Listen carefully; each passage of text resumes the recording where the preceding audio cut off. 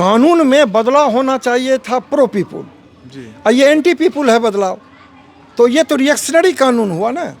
फिर भी सरकार कहती है कि ये न्याय सुनिश्चित करने के लिए, हमारा उद्देश्य दंड देना नहीं, न्याय सुनिश्चित करना है। नहीं, न्याय सुनिश्चित करना तो न्याय तो नहीं, ये पुलिस अब न्याय सुनिश्चित न करेगी। ये जब प्रोसिक्यूशन को बीच से जब आप निकाल देंगे, जो कि बीच का है, हमारा क्या है parliamentary form of democracy. Parliamentary form of democracy का मतलब होता है कि जनता कलेक्टिवली अपने रिप्रेजेंटेटिव के माध्यम से कानून बनाती है और उसी बनाए हुए कानून को इंडिविजुअली शासित होती है और उसको रिप्रेजेंट करेगा प्रोसिक्यूशन। उसको तो आपने हटा दिया, तो फिर जनता की आवाज़ कहाँ सुनी जाएगी न्याय व्यवस्था में? ये तो बहुत कमी है इसमें। नमस्कार, आप देख रहे हैं दी आज़ादी, मैं अभिषेक कुमार। भारतीय दंड संहिता में हुए संशोधन के विरोध में आज पटना में सिटीजन फोरम के द्वारा नागरिक कन्वेंशन बुलाया गया है। जो पुराने दंड संहिता था उसमें परिवर्तन करके सरकार का ये कहना है कि एक तरीके से जो औपनिवेशिक छाप है उससे वो मुक्ति पाना चाहता है। लेकिन आज पटना में जो नागरिक कन्वेंशन सिटीजन फोरम ने बुलाया है, सिटीजन फोरम ने इसे औपनिवेशिक जो है छाप उससे मुक्ति नहीं बल्कि इसे नई गुलामी का दस्तावेज करार दिया है। सिटीजन फोरम के आज के इस नागरिक कन्वेंशन में बड़ी तादाद में पटना के बुद्धिजीवियों और प्रबुद्धजनों ने हिस्सा लिया। आज के इस कन्वेंशन में शामिल हमारे साथ हैं पटना हाईकोर्ट के अधिवक्ता ज्ञानचंद भारद्वाज जी। इनसे हम जानते हैं कि भारतीय दंड संहिता में हुए संशोधनों के किस पहलू को लेकर के ये लोग विरोध कर रहे हैं और क्या कहना है, क्या कहना चाहेंगे सर? देखिए, सबसे पहली बात यह है कि क्रिमिनल जस्टिस सिस्टम में जो इंडिपेंडेंस ऑफ जो प्रोसिक्यूशन है उसकी मान्यता को समाप्त कर दिया गया है। पहले S V Sahni versus state of Maharashtra में बतलाया गया था कि जैसे जुडिशरी इंडिपेंडेंट है वैसे प्रोसिक्यूशन भी इंडिपेंडेंट होना चाहिए और उसका से whatever says by the prosecutor is said to be the say of the state. तो इसमें जो प्रावधान है, जो प्रक्रियात्मक जो संहिता है, 15 साल तक करते हैं या कोई जुडिशियल ऑफिसर जो सेशन जज रैंक के हैं वो डायरेक्टर प्रोसिक्यूशन हो सकते हैं। अगर जुडिशियल ऑफिसर्स प्रोसिक्यूशन के डायरेक्टर होंगे तो ये स्पष्ट है कि यह जुडिशरी द्वारा कंट्रोल प्रोसिक्यूशन हो जाएगा। तो इंडिपेंडेंस ऑफ जुडिशरी जो है या इंडिपेंडेंस ऑफ जो प्रोसिक्यूशन है दोनों अलग अलग नहीं रह पाएगा। ये इसकी सबसे बड़ी कमी है और यही कारण है कि अभी जितने भी बैठकें हो रही हैं वो न्यायपालिका और पुलिस वाले ही ज़्यादातर कर रहे हैं। एक दूसरी महत्वपूर्ण बात है कि अगर कोई कॉग्निजेबल ऑफेंस होता है तो हमें अधिकार है कि वह थाने में हम रिपोर्ट लिखाएंगे और उस रिपोर्ट को 24 घंटे के अंदर आपको न्यायालय भेज देना है। अब अभी तक जो चली आ रही थी प्रथा, लेकिन इसमें जो है दूसरे ढंग से अगर EFIR हम करते हैं तो उसमें प्रावधान किया गया है कि 3 दिनों के बाद तब उसका जो हार्ड कॉपी है उस पर दस्तखत करने के लिए हमको थाना जाना होगा और तत्पश्चात पुलिस इस पर कार्रवाई करेगी। ये विकृति आई है। एक दूसरी कि जिसमें 3 साल से लेकर 7 साल तक की सज़ा है उसमें पुलिस को पावर दिया गया है कि वह जांच करेगी और जांच रिपोर्ट 14 दिनों के अंदर देगी। तब तो जांच रिपोर्ट के आधार पर जो कॉग्निजेबल ऑफेंस है उस पर कोई कार्रवाई नहीं हो पाएगी। सर, आप बता रहे हैं कि ऐसी धाराएं जिसमें 3 से 5 साल या 7 साल तक की सजाएं हैं, वैसी धाराएं में FIR करने से पहले पुलिस जांच करेगा, तत्पश्चात FIR और उस जांच करने में 14 दिन लगाएगा। 14 दिन लगेगा। हाँ, जबकि माननीय सर्वोच्च न्यायालय द्वारा ललिता कुमारी वर्सेस स्टेट ऑफ यूपी में गाइडलाइन दिया गया था कि कोई भी पुलिस पदाधिकारी FIR करने के लिए 7 दिनों के अंदर वह जांच रिपोर्ट दाखिल करेगा और तत्पश्चात FIR करेगा। तो माननीय सर्वोच्च न्यायालय के जो गाइडलाइंस हैं उसकी अवहेलना हुई है। तो ये स्पष्ट है। दूसरी बात है कि पुलिस के बारे में एक दिया गया है कि पुलिस एफिडेविट पर भी कोई कार्रवाई करने के लिए न्यायालय प्रार्थना कर सकती है। पुलिस का जो मौलिक काम है वह है कलेक्शन ऑफ एविडेंस और कलेक्शन ऑफ एविडेंस के जगह पर अगर एफिडेविट देती है तो वह हो जाएगा क्रिएशन ऑफ एविडेंस। ये मौलिक अवधारणा में ये जो है विचलन हुआ है, ये जो है बहुत गलत हो रहा है। इस पर भी विस्तार से सर समझा पाए ताकि हमारे दर्शक मान लीजिए कि कोई भी व्यक्ति की जिसके खिलाफ वो अगर पुलिस चाहती है कि कार्रवाई हो तो एफिडेविट लेकर के वो न्यायालय से प्रार्थना करेगा कि इस अमुक अमुक लोगों के खिलाफ आप कार्रवाई करें। तो पहले था कि साक्ष्य प्रस्तुत करना पड़ता है। उनका काम है collection of evidence, collection of material. तीसरी बात कि कहा जाता है कि फॉरेंसिक जो एक्सपर्ट हैं वह किसी भी जो मटेरियल्स है उसका जो कलेक्शन पुलिस करेगी उसके लिए 5 साल का लंबा समय दे रहे हैं। अब कहीं कोई अगर घटना घटती है इस ढंग की तो 5 वर्षों तक कोई फॉरेंसिक एविडेंस रहेगा, ये असंभव है। और इसमें यह भी कहा गया है कि अगर उस स्टेट को नहीं है ऐसी व्यवस्था तो बगल के स्टेट से वह हेल्प भी ले लेगी। तो एक तरफ जो है किसी को फंसाया भी जा सकता है एफिडेविट पर और किसी को बचाया भी जा सकता है, ये इसकी बहुत बड़ी खामी है।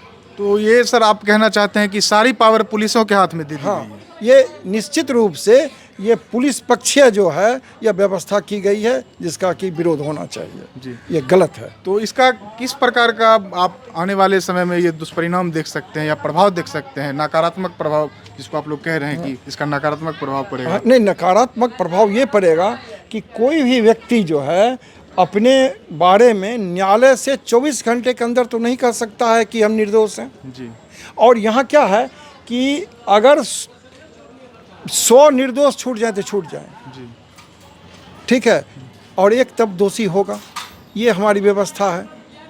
तो ये निर्दोषता साबित करने के लिए जो मानक तैयार थे, समयबद्ध जो कार्यक्रम था, उसकी अनदेखी हुई है।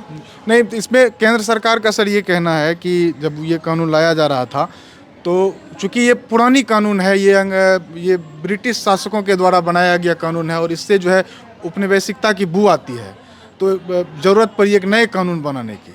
इस पे आप क्या कहना? नहीं, ये तो रेट्रोग्रेसिव अमेंडमेंट न है। कानून में बदलाव होना चाहिए था प्रो पीपुल जी, और ये एंटी पीपुल है बदलाव, तो ये तो रिएक्शनरी कानून हुआ ना। फिर भी सरकार कहती है कि ये न्याय सुनिश्चित करने के लिए, हमारा उद्देश्य दंड देना नहीं, न्याय सुनिश्चित करना है। नहीं, न्याय सुनिश्चित करना तो न्याय तो नहीं, ये पुलिस अब न्याय सुनिश्चित न करेगी। ये जब प्रोसिक्यूशन को बीच से जब आप निकाल देंगे, जो कि बीच का है, हमारा क्या है parliamentary form of democracy. Parliamentary form of democracy का मतलब होता है कि जनता कलेक्टिवली अपने रिप्रेजेंटेटिव के माध्यम से कानून बनाती है और उसी बनाए हुए कानून को इंडिविजुअली शासित होती है और उसको रिप्रेजेंट करेगा प्रोसिक्यूशन। उसको तो आपने हटा दिया, तो फिर जनता की आवाज़ कहाँ सुनी जाएगी न्याय व्यवस्था में? ये तो बहुत कमी है इसमें, इसका इंडिपेंडेंस पर खतरा है। दूसरा कि पुलिस रिमांड के लिए 40 दिन और 60 दिन का समय दिया गया है, ये तो अवैध है। पहले कितने दिन था सर? मात्र पहले था कि फर्स्ट 15 डेज में अगर पुलिस किसी को अरेस्ट करती है तो माननीय सर्वोच्च न्यायालय का गाइडलाइन है कि फर्स्ट 15 डेज के अंदर ही मैक्सिमम 15 दिनों तक के लिए ही आप पुलिस रिमांड ले सकते हैं। और माननीय सर्वोच्च न्यायालय के दिशा निर्देश की भी अवहेलना है यह कानून। अब कितने दिन कर दिया गया? 40 से 60 दिन तक हो सकते हैं। 60 दिन। ये तो गलत है। और दूसरी बात है कि माननीय गृह मंत्री जी का वक्तव्य हम सुन रहे थे पार्लियामेंट में, वो कहते हैं कि अगर कोई एक्यूज अरेस्ट होता है तो अरेस्ट होने के बाद अगर वह उसका इलाज हॉस्पिटल में चलता है, इसके लिए हम पुलिस जो है कस्टडी का पीरियड बढ़ाए हैं। ऐसी बात नहीं है। ये कॉन्स्टिट्यूशनल जो फंडामेंटल राइट है किसी व्यक्ति का आर्टिकल 22 में कि आपको 24 घंटे के अंदर न्यायालय में प्रस्तुत करना है। अगर मान लीजिए कि कोई एक्यूज्ड बीमार है तो वह पुलिस पदाधिकारी इन कारणों का उल्लेख करके न्यायालय में आवेदन देगा अपने प्रोसिक्यूटर के माध्यम से, और न्यायालय तत्पश्चात या तो स्वयं जाकर या किसी सबऑर्डिनेट अपने मजिस्ट्रेट को वहाँ भेज करके उसके स्टेटमेंट को रिकॉर्ड करेगी।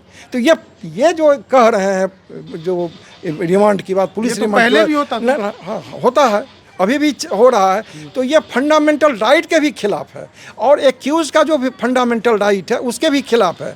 तो यहाँ विक्टिम के भी फंडामेंटल राइट प्रभावित हो रहे हैं, एक्यूज के भी फंडामेंटल राइट प्रभावित हो रहे हैं। चूँकि एक्यूज के बारे में कहा गया है कि जो उनका उतना ही अधिकार हम सीमित कर सकते हैं प्रोसीजर इस्टेब्लिश्ड बाय लॉ के तहत ही उनके जो अधिकार हैं, वो अगर कोई क्राइम करता है तो उसको सीमित कर सकते हैं, अन्यथा उसके भी सारे अधिकार सुरक्षित रहते हैं। तो इसके भी खिलाफ है।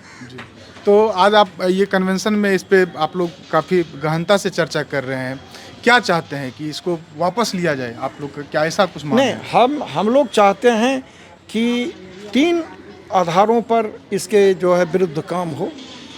जनता के बीच में जाना चाहिए, ठीक है। और एक चीज़ मैं अब बता दूं इस देश की जनता के बारे में कि भारत एक देश ऐसा है, दुनिया का पहला देश है जो प्राचीन काल से क्रिमिनल लॉ और सिविल लॉ दोनों अलग अलग लॉ होते हैं, ये प्राचीन काल से इस देश की जनता जानती है। जो शास्त्रीय पक्ष है कानून के जानने का इस देश की जनता का, वो दुनिया में सबसे अच्छा है। इसलिए ये कहना कि शास्त्रीय पक्ष को जो है जनता नहीं समझती है, ये गलतफहमी है। सर ये जानना चाहेंगे, चूंकि आप तो लंबे दिन से पटना हाई कोर्ट में हैं और भी आपके कई सहयोगी होंगे, क्या ये जब संशोधन सरकार कर रही थी तो आप जैसे कानूनविदों से क्या कोई राय मशवरा की गई? नहीं, ऐसा तो कोई कन्वेंशन नहीं हुआ, लेकिन कई बैठकों की चर्चाएं ये किए हैं कि 158 बैठकें हुई हैं। तो हमारा कहना कि 158 जो बैठकें हुई, उन बैठकों का जो निष्कर्ष निकला है संक्षेप रूप में वो प्रकाशित करें मीडिया के माध्यम से, जनता के बीच में लाए कि आखिर जो 158 बैठकें हुई थी कानून बनाने से पहले, उसके क्या क्या जो है अमेंडमेंट के लिए जो जनता से या जो भी ऑर्गेनाइजेशंस हैं उनसे जो है आया है रिकमेंडेशंस को प्रकाशित करें। जी, धन्यवाद सर। धन्यवाद। तो ये थे पटना हाईकोर्ट के अधिवक्ता ज्ञानचंद भारद्वाज जी, जो नई संहिता में जो परिवर्तन हुआ है और नई संहिता जो न्याय संहिता जो लागू हुआ है उसको लेकर के पूरी बातचीत रख रहे थे। मिलते हैं फिर किसी अगली रिपोर्ट के साथ, तब तक के लिए बहुत बहुत धन्यवाद।